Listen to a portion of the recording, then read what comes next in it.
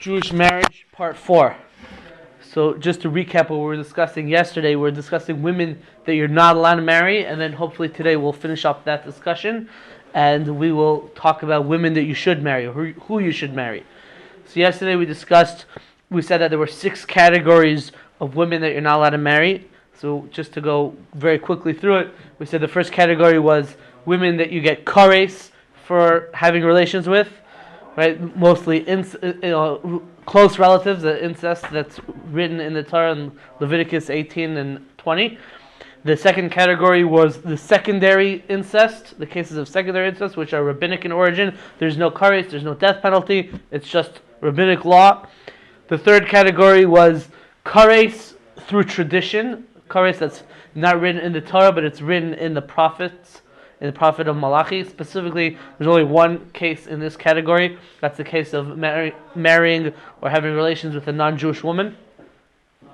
The next category we discussed yesterday was the case of a person who violates a negative and positive commandment. And that was, all the cases we discussed yesterday were cases of a Kohen who marries somebody that he's not allowed to marry. So that's a positive and a negative violation. Today we're going to discuss 2 more categories. The 5th category is a category of women that if you marry them, you violate a negative commandment. And the 6th category are women that if you marry them or you have relations with them, you're violating a positive commandment. So let's go. Category number 5, the women that if you marry them, you violate a negative commandment. So all the people that fall into this category are prohibitions. All these prohibitions are prohibitions that we call prohibitions of the assembly or of the congregation. These are women that are not allowed to enter the assembly or the congregation of God. This is what it says in Deuteronomy.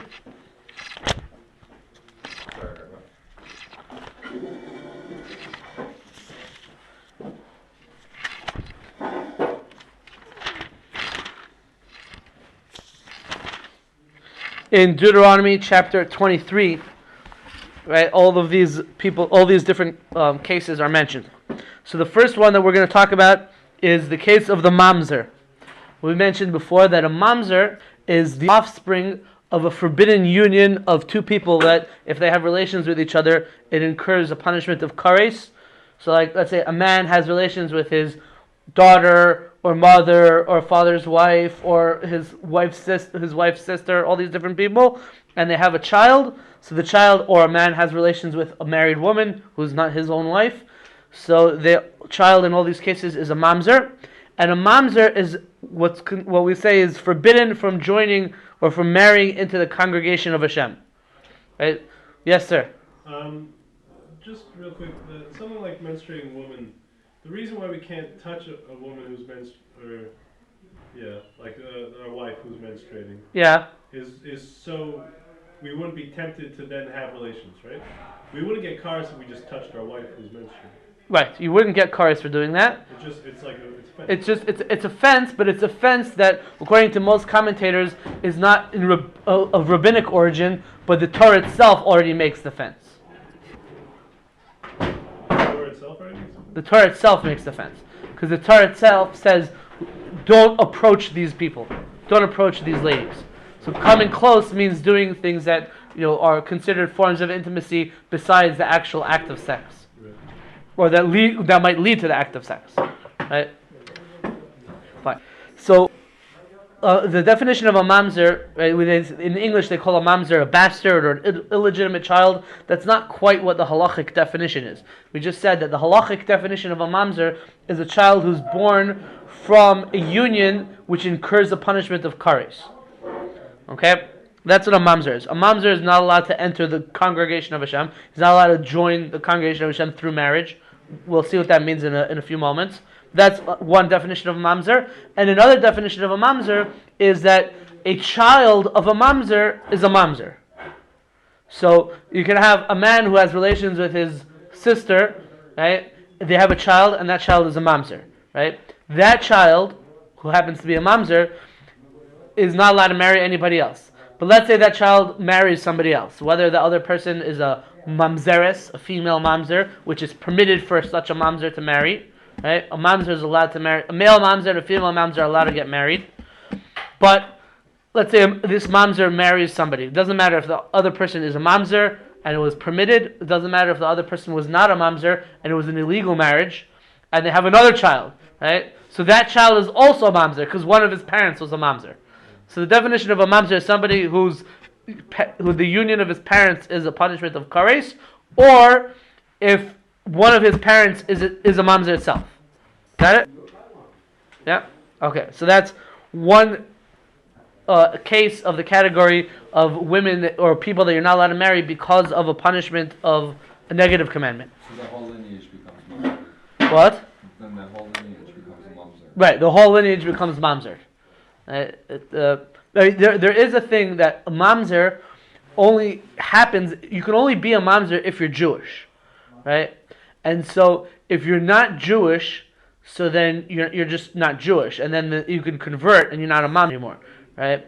So let's say let's say a non-Jew had relations with his mother or sister or whatever and had a child, so then that child is not Jewish, right? And then the child converts, so he's not a mamzer because he just became a Jew now, right? So according to halacha, a mamzer is only going to be born of two Jews.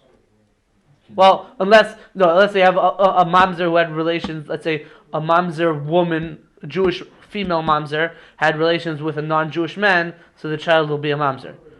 But let's say you have a non-Jewish man who has relations with a Jewish woman who's married. Right? So usually if a Jewish man has relations with a married Jewish woman that's not his wife, the child is a mamzer. But if it's a non-Jewish man that has relations with a Jewish woman who's married, so the child is not a mamzer. Can you be like a born-again Jew? Well, Like if you're a mamzer, can you like go into the mikvah for a while and become a born-again Jew? no, there's no such thing. Your lineage is your lineage. You can't change. They say you can't pick your parents. You could pick you could pick your son-in-law, but you can't pick your children, right? That's what they say. So a mamzer is a mamzer. If his father is not Jewish, right, and his mother is Jewish, even if she's married, so they're going to be a mamzer, because even though we said that having relations with a non-Jew incurs the punishment of kares according to tradition, but that doesn't make the kid mamzer. Right?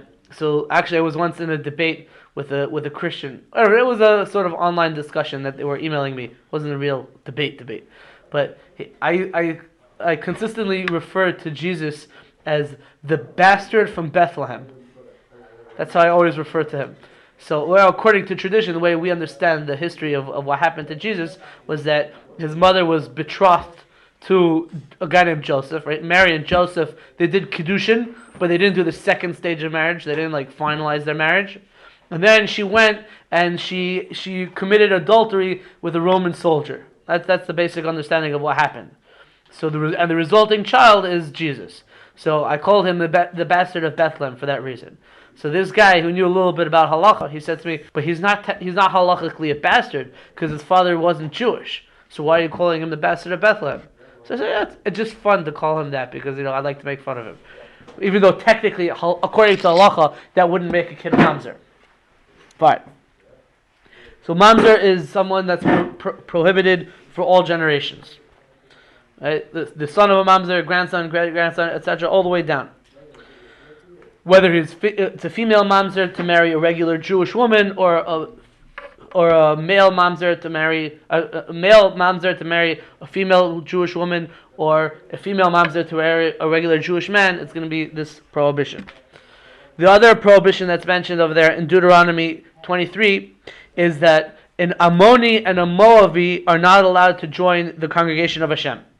Meaning, a person from the nation of Ammon or the nation of Moab is not allowed to marry into a regular Jewish family. Right? The nation of Ammon and Moab. So like this, the Gemara tells us that according to tradition, this prohibition only applies to male members of the Ammonite or Moabite nations. Right? A female Moabite or Ammonite, you're allowed to marry. But if you're a woman, a Jewish woman, you're not allowed to marry a male Ammonite or Moabite. And this prohibition goes for all generations. Once, even if they convert to Judaism, they're still not allowed to marry a regular Jew.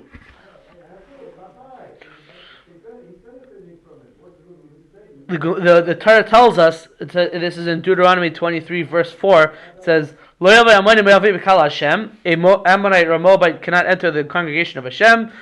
Gam dar Asiri lo yavai lehem b'kal Hashem ad olam, even in the 10th generation, they should not enter the congregation of Hashem for eternity. Why?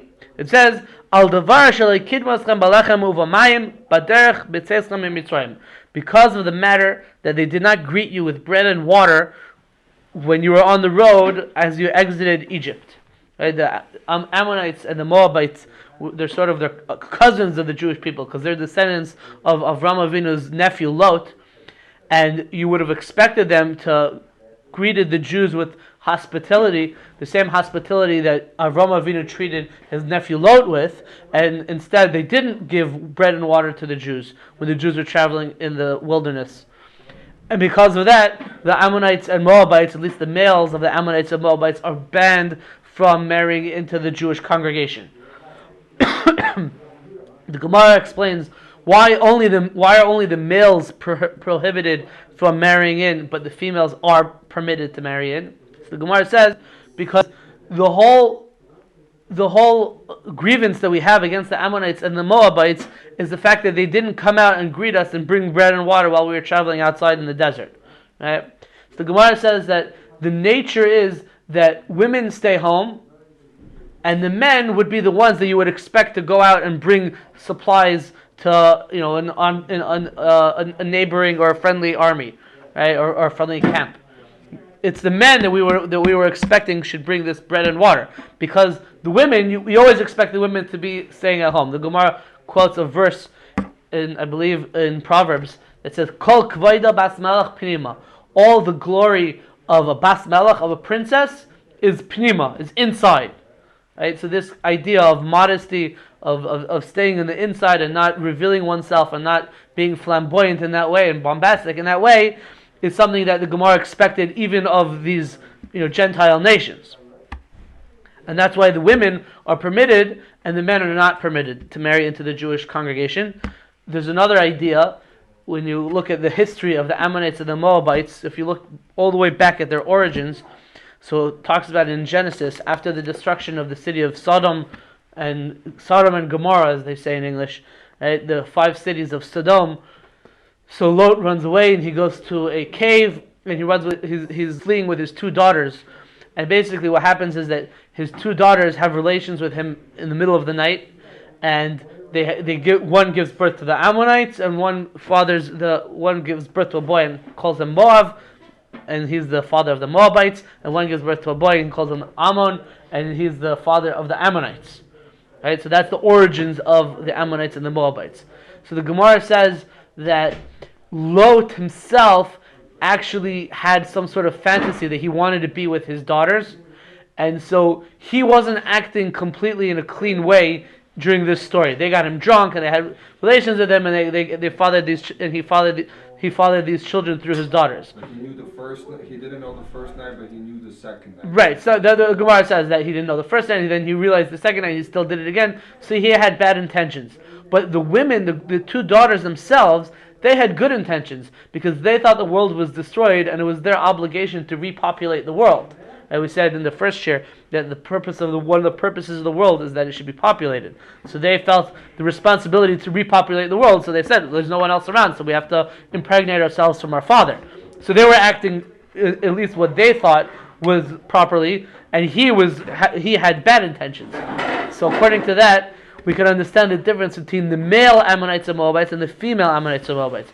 The ultimate patriarch of Moabites was Lot, and Lot had bad intentions, so we don't want to have anything to do with him. So the males are not allowed to marry into the Jewish congregation. But the females, the 2 daughters of Lot, had good intentions, and therefore, even though they were doing a sin, which even for Noahides, we have on the list the 6 sexual unions that are forbidden even to Noahides, and one of them is maybe it could be there might be some technical. I'm not sure, but it could. the standard assumption is that it would probably be even forbidden for Noahide to have relations with his daughters, and still, even though they were doing something that was prohibited, but they had good intentions, so we allow the females of the Ammonite and Moabite nations to marry into the Jewish people. Fine. So this is the category of negative commandments. A negative commandment for the Mamzer, the Ammonite, and the Moabite to join the Jewish congregation. That means that they're not allowed to marry a Jew of full lineage, a Jew who has full Jewish lineage. But a Jew who is not born Jewish, but was rather a convert to Judaism, or was originally a slave and was freed and became Jewish because freeing a slave involves converting him into Judaism. That's according to the halacha. So in those two cases, a convert or a freed slave is actually allowed to marry a mamzer or an Ammonite or a Moabite. Right? So the whole prohibition only applies to a Jew of full Jewish lineage, not to a Jew who is a convert or a freed slave. But so that's the category of women that you're not allowed to marry because of a negative prohibition. This category of women that you're not allowed to marry because of a negative prohibition, as well as the last category that we spoke about yesterday, of the one with the negative and positive prohibition. So every time that there's a negative prohibition involved, so if there's witnesses and a warning, so a person is liable for lashes. Right? It's called Malchus, 39 lashes that a person can get. The Beis Din can rule that he has to get these 39 whippings, and that's the corporeal punishment that a person gets for violating a negative commandment. These cases, if you try to do Kedushin, so the Kedushin actually does take effect. So if you do Kedushin to an Ammonite, you do Kedushin to a Mamzer, so the Kedushin does work, even though you're prohibited from having relations with them and prohibited from being married to them. If you have a child with them, the child is not a Mamzer, except for the case of the Mamzer. Right? A child from an Ammonite or Moabite is not a Mamzer. But that's category number 5. Category number 6 is the prohibition of women that you're not allowed to marry, not because of a negative commandment, but because of a positive commandment. Right? There's 3 such cases. The first case is the case of a Kohen Gadol. This is in Leviticus chapter 21, where it says that a Kohen, we mentioned yesterday that a Kohen Gadol is not allowed to marry all the women that a Kohen is not allowed to marry, plus he's not allowed to marry a widow. Right? Besides that, there's a positive commandment that a Kohen Gadol is supposed to marry a virgin. Right? And well, we don't have Kohen Gadol nowadays anyway, so it's not really applicable. But there is a positive commandment that a Kohen Gadol is supposed to marry a virgin. And if he marries a woman who's not a virgin, then he has violated this positive commandment. Right? The Gemara says that there's an idea called Lav Haba Mechlal Asay Asay, a negative prohibition which is derived from the wording of the Torah, which is said in a positive form. It says, do this, V'hu isha b'vsuleha yikach, he should take a woman when she is a virgin. Says, it implies, don't marry a woman who's not a virgin. Right? So by marrying a woman who's not a virgin, he's violating a positive commandment. Right? So that's the case of the Kohen Gadol marrying a non-virgin. That's one case of a positive commandment.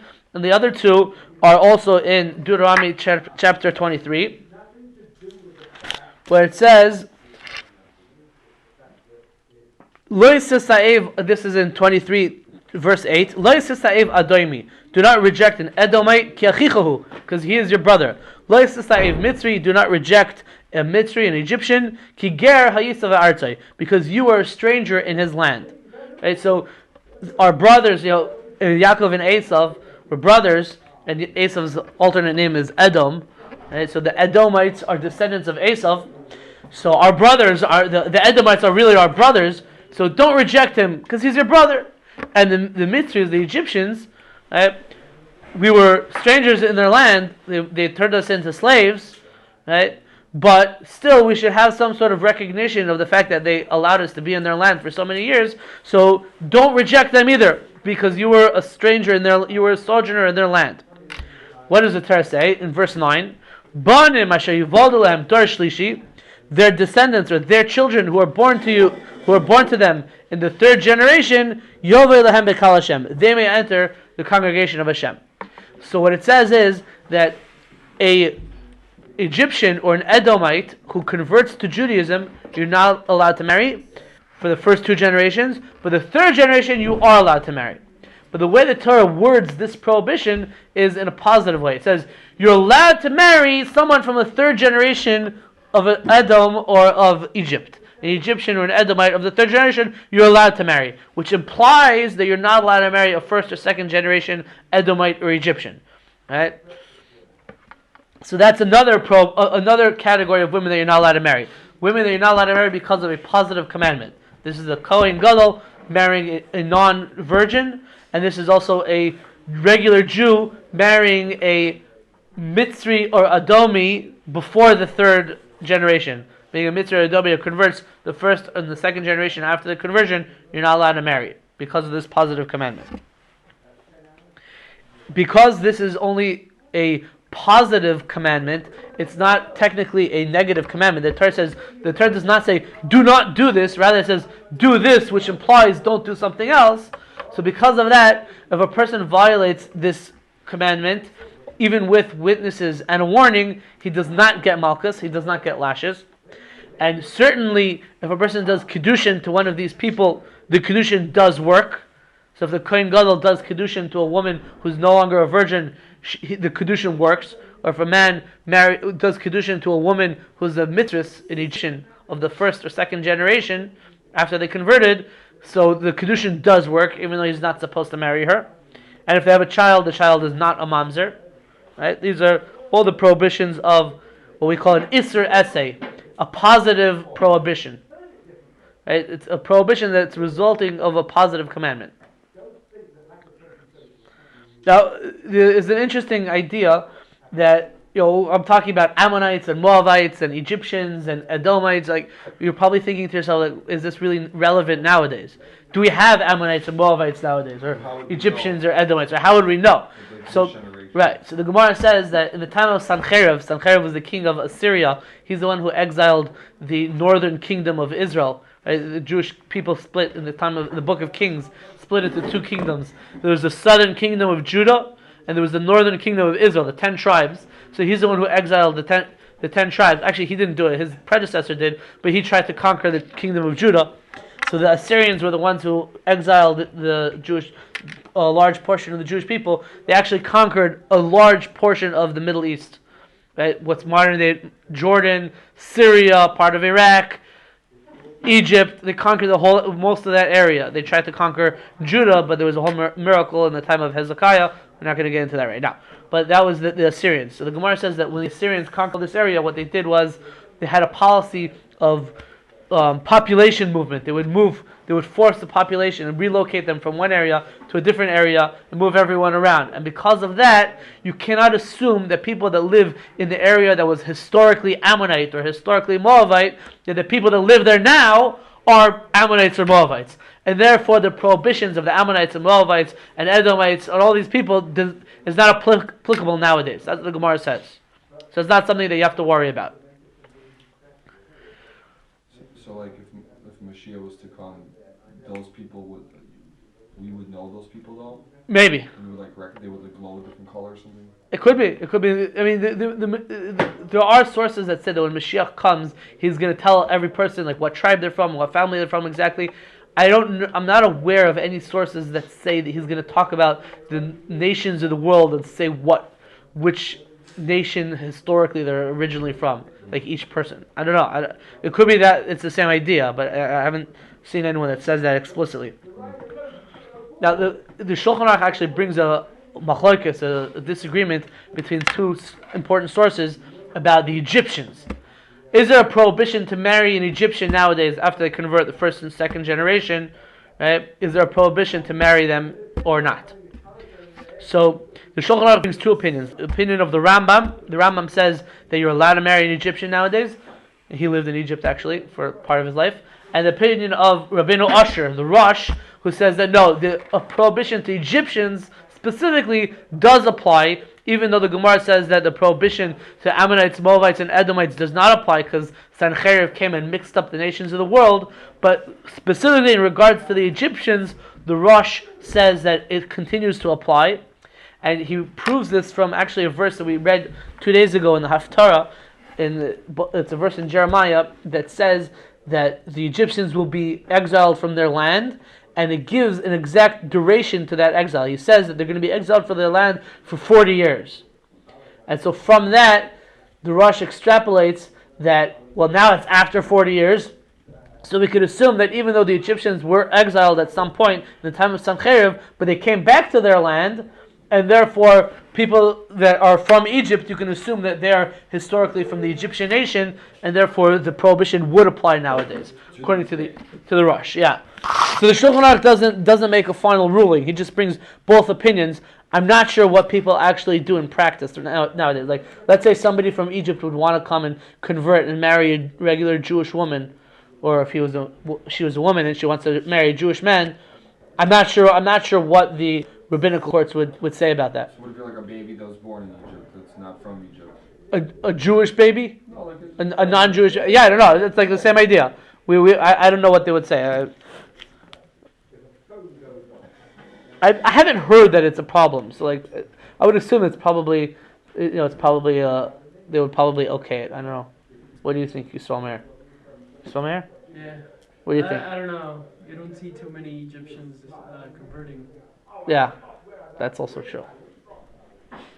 Right, so those are the 6 categories of women that you're not allowed to marry. Kares, secondary, incest, kares from tradition, negative and positive, and then just negative, and then just positive commandments. There's also 2 more cases of women that you're not supposed to marry. And one is the case of the Katlanis. The Katlanis is a woman who was married, and then her husband died, and then she got married again, and her husband died, and her next husband died. So a woman who was twice widowed, right? A black widow, if you're allowed to say that. I know it's politically incorrect to say that. That's not the term, right? It's referring to a spider. It's referring to a spider. Yeah, Black widow is a type of spider. So a woman who was widowed twice. You're not supposed to marry a woman who was widowed twice. Some say that even if a woman was divorced twice, so you shouldn't marry her. This is not really brought down so much in halacha, but there's a lot of discussion about this. And like if it becomes a question, ask your local halachic authority, and they'll tell you what to do. That's one case, the case of the Katlanis, and another case is a case of a woman whose husband died. Whose husband was martyred, right? A woman whose husband was killed al kiddush Hashem, through sanctifying the name of Hashem, right? A person who's killed because he's Jewish, let's say, he's killed because he's Jewish, so he's considered a kadosh. He's considered holy, like in Christianity, just like to give you a better understanding. In Christianity, they have this idea of a saint. A saint is like a person who achieved a certain holy level, right? They were killed for different reasons, whatever, for defending the religion. So in Judaism, we have this idea that a person who is killed because of his religion, because he's a practicing Jew, so, I don't know practicing, but let's say because he's a Jew, so he attains a certain spiritual level, he's called a Kadosh, he's called holy, and his wife, according to many authorities, should not marry somebody else afterwards. That was actually a big problem after the Holocaust. So a lot of men were killed, and then their wives were widowed. And the question is, could these women rebuild their lives and get married again and establish a family afterwards? It was a question that a lot of halachic authorities were dealing with after the war. And it's a matter of, Yeah. of could, not should. Could, because we just said that if a woman whose husband died al kiddush Hashem, he was martyred. So then she shouldn't marry anybody else afterwards. I wouldn't say halachically not allowed, but it's brought down in the sources that she shouldn't marry somebody else. It's more, I would say maybe more kabbalistically, more than halachically. Maybe. I'm not sure if I would say it exactly like that, but that I just said it, so there. So one of the big rabbis, Rav Yeshua Ehrenberg, was the chief rabbi of Tel Aviv. So he wrote a whole response about this, and he basically wrote that this idea of a person who was martyred, his wife shouldn't marry afterwards. So that only applies, he says, to somebody who is given a choice of, violating the Torah or being killed, and he chose being killed, and therefore he reaches this level of he's a martyr, and therefore his wife shouldn't remarry afterwards. But a person who wasn't given a choice, and in the Holocaust, most people were not given a choice; they were just killed without being asked. Right? So he says that doesn't have the halachic status of being a martyr, and therefore their wives are allowed to get married afterwards. This is somewhat controversial because try telling somebody over the age of 70 that Holocaust or people that died in the Holocaust are not martyrs. That would be considered controversial. But he said because they didn't get a choice, so they're not. That's not this level of martyrdom that we're talking about. So what are they? They're people who died because of their religion, but they're not like this special level of a martyr that their wives are forbidden from being married because they were married to somebody who was so holy. Remember, Rabbi Victor Miller mentioned something like that, and it caused a huge backlash. Yeah, it's a controversial ruling, but in a way, it's helping save these women that were otherwise, they were barred from getting married and establishing their lives after the war. So it's like, on the one hand, besmirching the legacy of their husbands who had died, but on the other hand, freeing them and allowing them to get married and continue on with their lives. Okay, so we just finished the discussion of women that you're not allowed to marry. Now we're going to talk about who you should marry. What do you have the time? 4:47. Okay, so I don't know how much of this we're going to get done today. We'll go into tomorrow a little bit, and then we have a few other things that I want to discuss tomorrow. Some miscellaneous things about Jewish marriage that we'll get into tomorrow. Okay, so who should you marry? So a lot of people have all kinds of different ideas about who they want to marry, what type of girl they want to marry, how tall she is, what color hair she has, exactly how her voice is supposed to sound, and how many pounds she's supposed to weigh. All these different ideas of what exactly they're looking for in a wife. So that's not what I'm going to talk about because that's sort of a subjective thing that each person to his own taste, whatever he's looking for in terms of that. But we're going to look more in terms of qualities and in terms of other factors that should play a more important role.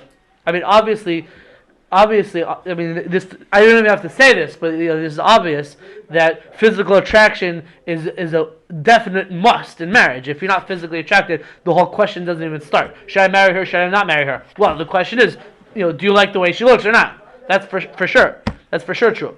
And it's also for sure true, and some people sometimes forget about this, that another factor in essential factor for marriage is that you have to have shared goals. You have to be going in the same direction, right? If my life goal is to do this and her life goal is to do that, and these two life goals conflict with each other, and they're at odds with each other, so then the whole thing doesn't start. You can't even begin to think about marriage. Just that you're not even potential candidates for marriage, right, Shlomo?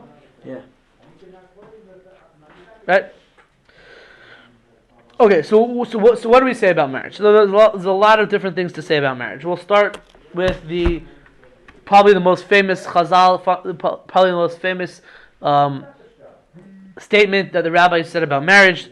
The Gemara says, 40 days before the formation of a child, a bas kol, a heavenly voice, announces, Bas Pliny la Pliny, the daughter of so-and-so will marry so-and-so.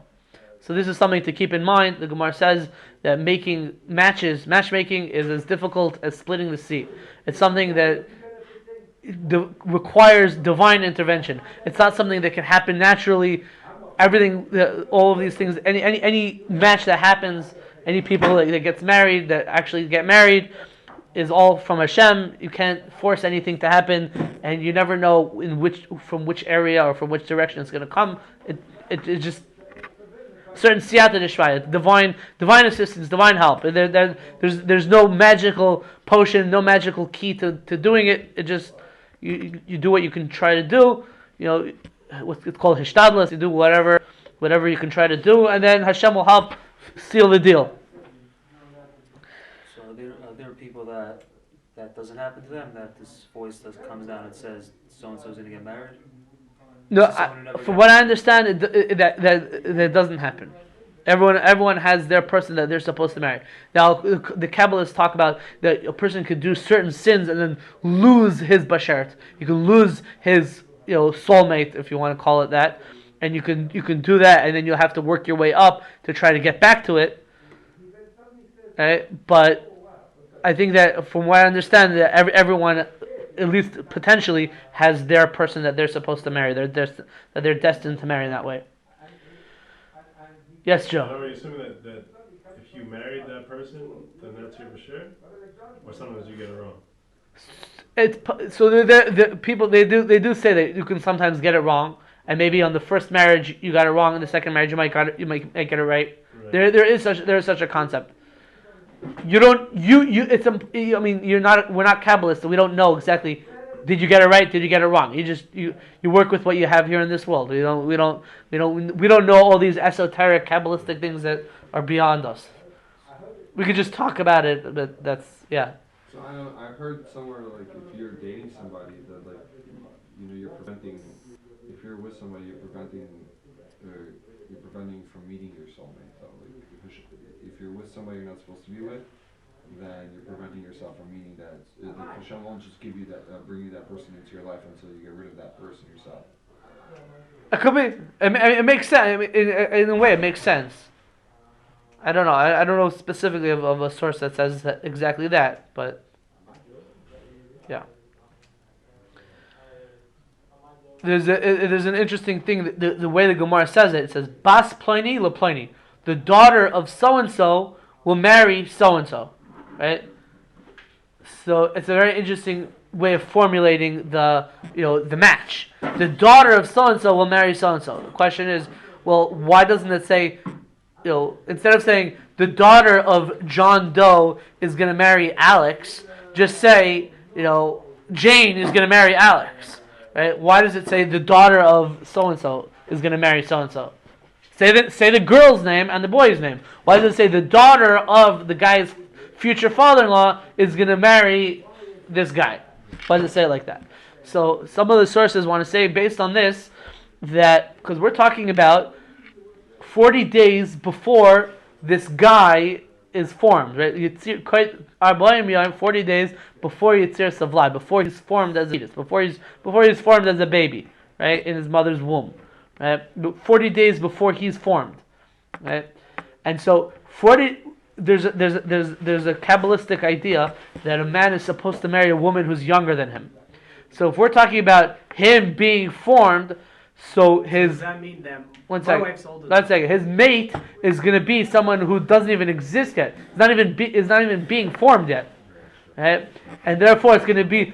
We can't talk about who she is yet because she doesn't exist yet. So we can only talk about vis-a-vis her father. So her father's daughter is gonna marry this guy. That's what some sources want to say. So there's this idea in Kabbalah that the wife is supposed to be younger than the husband. Now, a lot of people don't do this. Right? My mother was older than my father. Rav Shamshin Rafal Hirsch, famous Rav Shamshin Rafal Hirsch from Germany, so he specifically sought out to marry a woman who's older than him, apparently. He said that for what he feels that he has to do in this world, he needs a more mature woman. He can't marry someone younger than himself. Right? And so there is this Kabbalistic idea of marrying someone younger than you, but then it's not the only factor. It depends on who you are and what you want to do, and what she is and what she wants to do. And it could be maybe something that you take into account, but it's not the deciding factor. Yaakov Hillel, a prominent Kabbalist who lives across the street from here, so he writes in his response to Shalos Teshuvos Vayashav Hayom in the first volume, in response on number 20, he talks about this at great length, and he says what I just said, that there is this Kabbalistic idea, but it's not the only thing, it's not the only requirement. It's just something to keep in mind. What were you saying? I was saying that my wife's older than me. Yeah. He says certainly if you get an otherwise good shidduch, a person is somebody proposes an otherwise good shidduch. Just the only problem is that she happens to be older than the guy, right? That's not a reason to reject it. That's what he says. There's a lot of different things that people are looking for. There's a joke in the yeshiva world, right? Yeshiva guys. So all the yeshiva guys are looking for a girl with a PhD. Yeah, PhD. You know what PhD stands for? Papa has dough. So the Gemara says, the Gemara in Maseches Kiddushin on page 70, on page Ayin Amar Aleph, the Gemara says, Kol say isha l'shem mammon, anyone who marries a woman for the sake of money, having lebanim she'enim mehuganim, is going to have children that are not, let's say, not worthy, children that are going to be, not up to par, because he married a woman for the sake of money. What if it's the other way around? What? What if it's the other way around? What if she marries him for the money? The Gemara doesn't say that. You should never marry a woman. Well, in the Ksuba, a man is supposed to support his wife. So if a woman marries a man for his money, it's that is what marriage is. Could be. Yeah. No, but there's money and then there's Right, money. Yeah, I get. Yeah, that there's a difference, but The Gemara actually even says that a person who marries a woman for money, you have to know what this means. But the Gemara says that Eliyahu Navi holds him down, and a Kadosh Baruch Hu, God whips him. Obviously, this is some sort of allegory for something else. But like you can understand what does that mean that Eliyahu Navi holds him down and God whips him. You're not saying if her parents happen to be... No, he's marrying. It seems to be he marries her l'shem for the sake of money. L'shem mammon. She's rich, so he's gonna marry her. L'shem mammon means he's doing it for the money. Sure, but what if her dad really wants her to get married? And he comes to you and he's like, yo, I want you to marry my daughter and I'm rich. Okay. So then... Well, if you're not doing it for... So... What if the guy doesn't really want to marry her, but the dad's like persistent, he likes the guy, he's a great Torah scholar or something like that. He's like, I got a lot of money, marry my daughter, I'll hook you up, it look good. Well, that sounds bad. What are you saying, Joe? I would say that, I mean, whether the father wants it or not, if you're still doing it if you're convinced because he has money, then it's still doing it because he has money. So now I throw in the bombshell. The Ramah of Moshe Isserlis, right, the leading halachic authority of the Ashkenazim, he writes that this Gemara is only talking about if you marry a woman that you're not supposed to marry. A woman that all these women that we've been speaking about for the last 2 days that you're not supposed to marry. So if you marry one of those women because of the money, so then it's a problem. That's what he says. But he says that to marry a woman that you're halachically allowed to marry, so maybe he doesn't say that it's commended. But when the Gemara says that your children won't be on par and Eliyahu Navi holds you down and God whips you, that doesn't apply to such a person.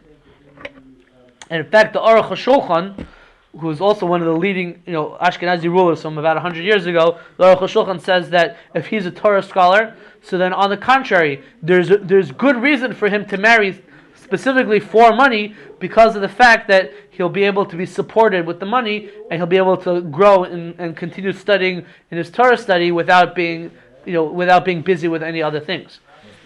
So that's what the Aruch HaShulchan says. The truth is that it's not so simple. Because even if you marry somebody that has a lot of money, so what tends to happen is that first of all, girls that grow up in families that have a lot of money, so they have higher expectations. And they spend more money as well. And so you have a lot more, but you're also using up a lot more, and then you end up losing it, and you end up having to go to work and not being able to focus on your learning as well. Right? That's one thing. The other thing is that if you have a father-in-law who's giving you money, so what happens is that he believes that because he's giving you money and you're nothing without him, so he can call the shots and he tells you exactly what to do, whether you like it or not.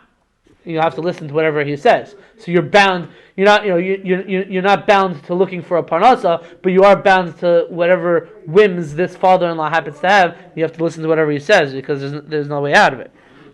And what does Rabbi Victor Miller say about that? It's been a while. What? Rabbi Victor Miller says, I remember listening to one of his recordings.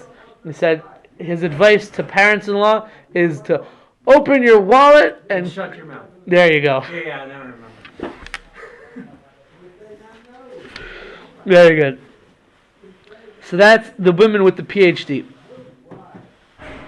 So what are the different things you're supposed to look at when you're looking at a prospective mate? The Gemara says that a person who wants to marry a woman,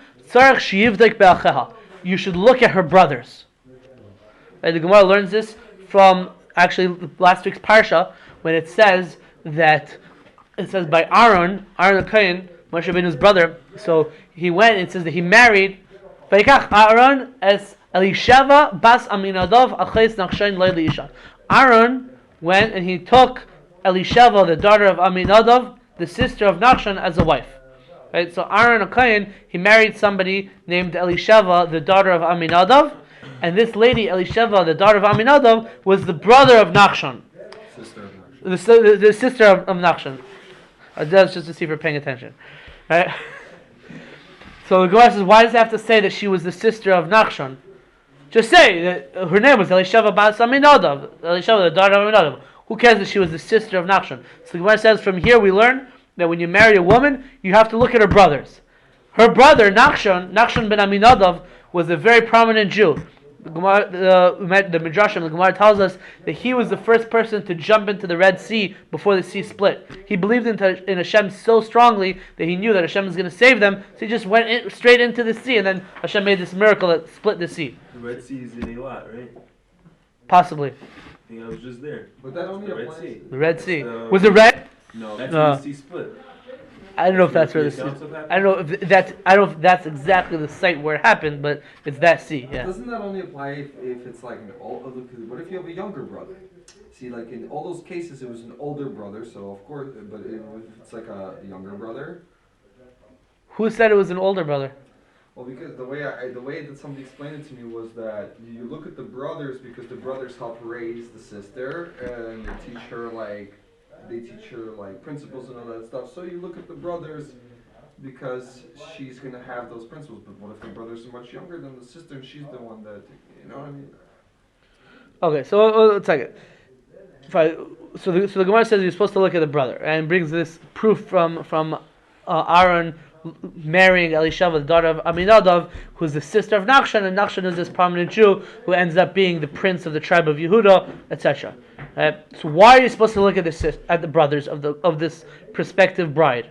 Why do you look at the brothers? The Gemara says because Roiv Banim Daimim La'ache Ha'im. Most children are similar to the brothers of the mother. So if you want to know how your children are going to look, they're going to look similar to your wife's brothers. Oh man, that's horrible. Yeah. I was just thinking about my wife's brothers. So what does that mean? Doimin. What does doimin mean? Does it mean that they share the same DNA? I think they have an eighth of their DNA is going to end up the same, something like that, right? Does that mean it's talking about because of the DNA they're going to physically look, or is it like what you're saying that the older brothers help raise the younger siblings, and therefore the older siblings are going to have an influence on the younger siblings, and they're going to resemble each other, right? And so if that's true, so Rav Yaakov, I heard this in the name of Rav Yaakov Kamenetsky, he says that nowadays it's not just a person's nuclear family that has an impact or an influence on their life, especially on the girls. He says in olden times, girls didn't go to school, so they stayed at home.